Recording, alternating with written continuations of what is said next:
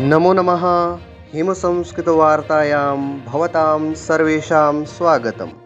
अहमस्मि कमलशर्मा। सम्प्रति मुख्यवार्ताः श्रूयन्ताम्। निर्वाचनायोगेन इलेक्ट्रानिक् सूचना प्रौद्योगिक्याः मन्त्रालयाय निर्देशः प्रदत्तः यत् सः वाट्सएप् मध्ये विकसितभारतसन्देशं स्थगयतु।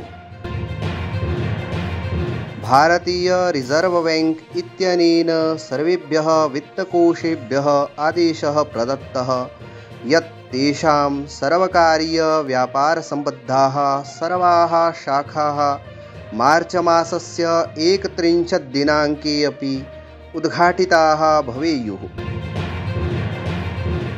ऊनायाः जिला प्रशिक्षणसंस्थाने सम्पन्ना माध्यमिकविद्यालयस्य भाषाशिक्षकाणां कार्यशाला। भारतीयजनतादलस्य शिमला संसदीयक्षेत्रस्य सांसदः पूर्वप्रदेशाध्यक्षश्च सुरेशकश्यपः गुरुवासरे शिमलायां लोअर विपण्यां पथप्रदर्शनं सम्पर्काभियानं च कृतवान्। कलाक्षेत्रे राज्यस्य नाम अन्ताराष्ट्रियस्तरं प्रति नेतुं प्रतिष्ठितस्य वर्ल्ड बुक ऑफ रिकॉर्ड्स लण्डनम् इत्यस्य भारतीय अध्यायेन नाट्यगायकः कुलदीपशर्मा सम्मानितः।